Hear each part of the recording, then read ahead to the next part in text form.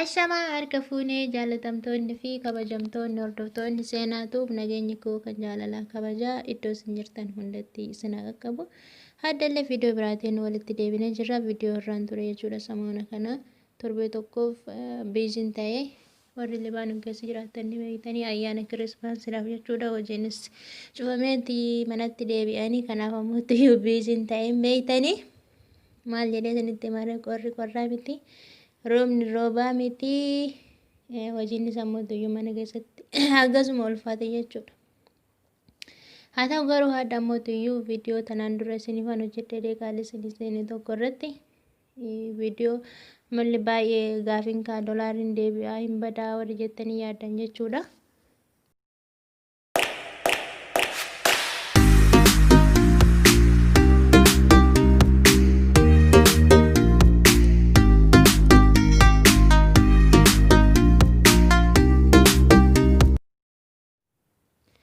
Baay'ee gaafii gaafatamaa jira waan ta'eef isa jecha immoo na dirqamsiisee waan gochuu qabdanii fi kunguma waan gochuu hin qabne akkasuma mootuyyuu dolaarummaan iyyuu biyya kanaan maaliif badee sababni isaa maali kan jedhu qabadhee isinii deebi'e jechuudha.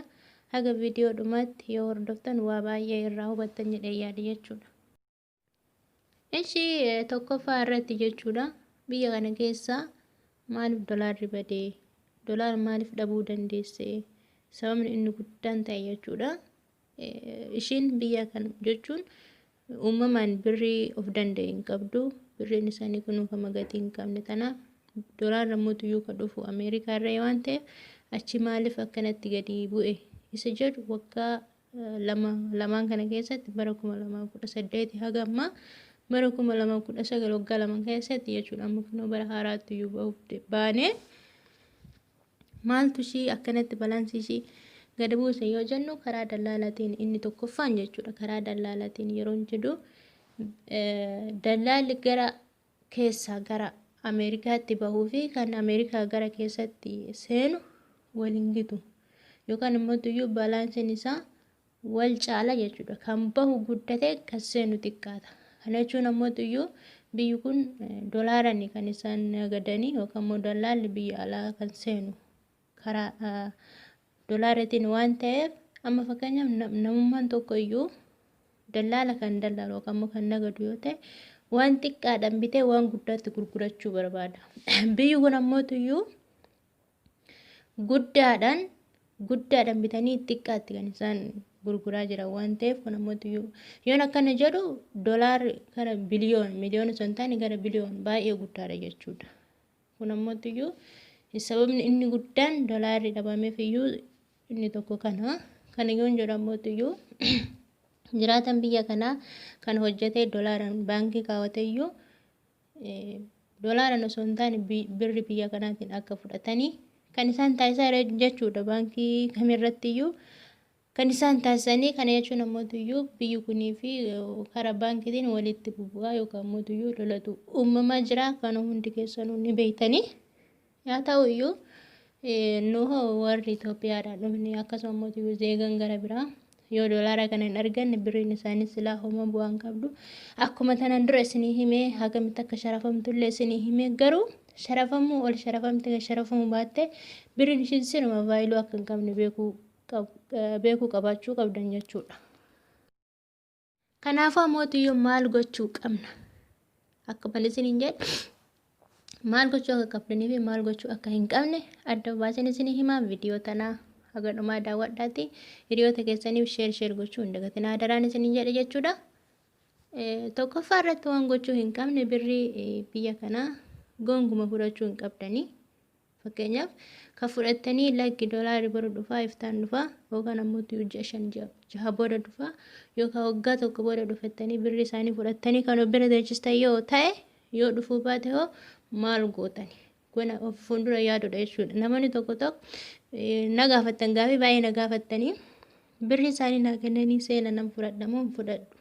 Ani birri isaanii fudhadhaati of bira deechisaa isiniin jedhee rippilii isinii deebisaan ture jechuudha.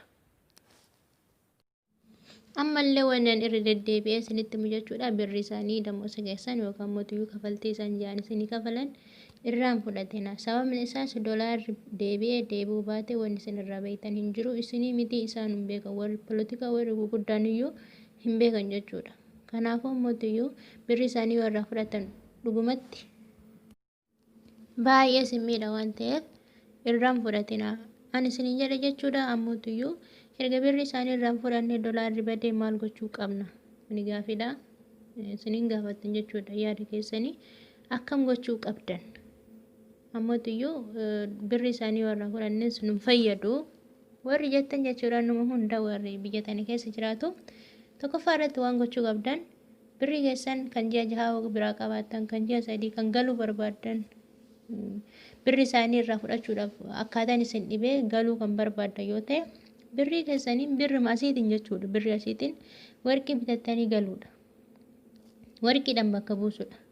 Yoon kana jedhu isaan isinii kennu isaan isiniin kennanii jechuu kiyyaa miti. Isaan yookaan artee isinii kennuu danda'an.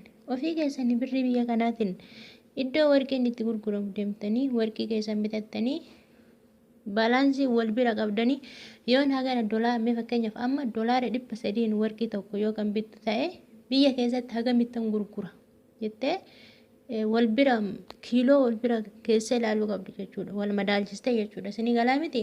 Fakkeenyaaf warqiin miizanaan kan gurguramu yookiin kiiloodhaan kan gurguramu kiiloo haganaa yoon bite biyya kanatti doolaaran kiiloo haganaa yoon bite biyyatti yoo galee hagamittan gurgura jettee kan biyya keessaa bilbiltanii gaafattanii yookaan ammoo iyyuu laaltanii jechuudha. Karaa intarneetaatiin warqiidhaan bakka buusattanii galuudha. Waan tokkoffaan ani isin jedhu jechuudha. Kanan isin jedhu birri erga doolaara hin jiraanne birri asii fudhadhu warqii naa kenni jechuu miti. Isaan fuudhanii artee isinii kennuu danda'an piliis. Kanarratti adaraan isin jedha jechuudha. Ofii keessanii bitattan. Ofii keessanii iddoo warqiin itti gurguramu eessa? Ofii keessanii jechuudha. Kan feek hin qabne noormaalii orjinaala bitachuudha warqii. Yookaan ammoo iyyuu onlaayinii irraa kan beektan yoo ta'e onlaayinii irraa bitachuudha. Kana yoon jedhu warqiin asis ta'ee gara biyyaatti waan isin miidhu miti. Birri isaanii harkatti qabatanii yaa abba jechuurra warqii keessan bitattanii yoo galtanillee gatii bareedatti kan ittiin bittan caala ha gurgurtan irraa akka argattanitti kan bitattan jechuudha. Warqii yoomuu waan badus waan cabus miti. Yeroo galtan bichaa of eeggannoodhaan galuudha malee kanan isin jedhu tokkoffaa irratti isa jechuudha. Lammaffaa irratti ammoo birri biyya biraatiin yoo danda'ametti jechuudha. Birri biyya biraatiin bakka akkasii buusan. Fakkeenyaaf kan Dubaay, kan Kuwait, akkasuma ammoo kan Saudi Arabiyaa akkas kan biyya biraatiin bakka yoo isin buusan. Amma fakkeenyaaf ani obboleeyyan madaamii xiyyaa nama saduutu Ameerikaa jira. Isaan irraa fudhanii yoo isin kennan.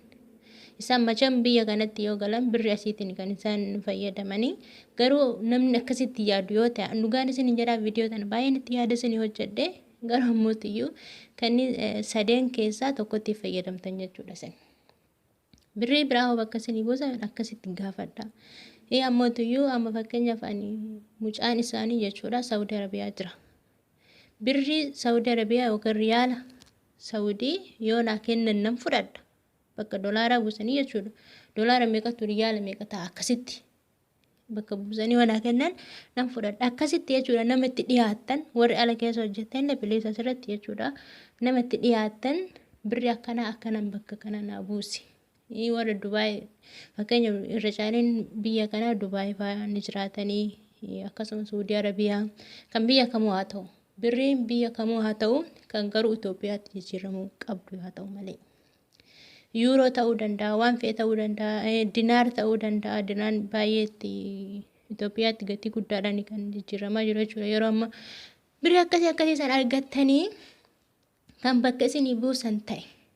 Kana yoon jedhu yookaan abbaa mana madaamititu biyya biraa hojjeta ta'a yookaan obboleeyyan ishiitu hojjeta ta'a yookaan immoo ijoollee isaaniitu hojjeta ta'a. Kana yoon jedhu isaan yoo biyya kanatti deebi'an birrii biyya kanaatiin jiraachuu waan danda'aniif isin miidhuurra jechuudha. Isin miidhuurra birrii akkanaa kana yoo bakka isinii buusan isiniif illee baay'ee bu'aa qabu jechuudha. Kanaan kanneen keessaa mootuyyuu kan barbaadanitti fayyadamuu dandeessanii viidiyoo kana baay'een irra oolee irra bulee isinii hojjete dhugaa dubbachuutti jechuudha. Kun ammoo walii yaaduun kan ani yaada kiyya isinii qoode isinis wa'uu yaaddanii qabda waan ta'eef gara ammoo ammallee irra deddeebi'ee kan isinii himu birri isaanii irraan fudhatina. Birri isaaniitu amma fakkeenya birri isaanii 20 ta'a jenne of fuuldura garuu ammayyuu akka duraanitti miti 25 ta'a maaltu beeka sila duraati badeefuu biyyaana keessa. Kanaaf wal madaalchistanii birri isaanii kan irraa fudhattan homa bu'aan qabu isiniin jedha. Viidiyoo tana hundaa'uu sheer gochuun dagatina adaraa isiniin jedhee jira. Viidiyoo biraatiin ammoo walitti deebinaa agarsiisti nagaan naa tura.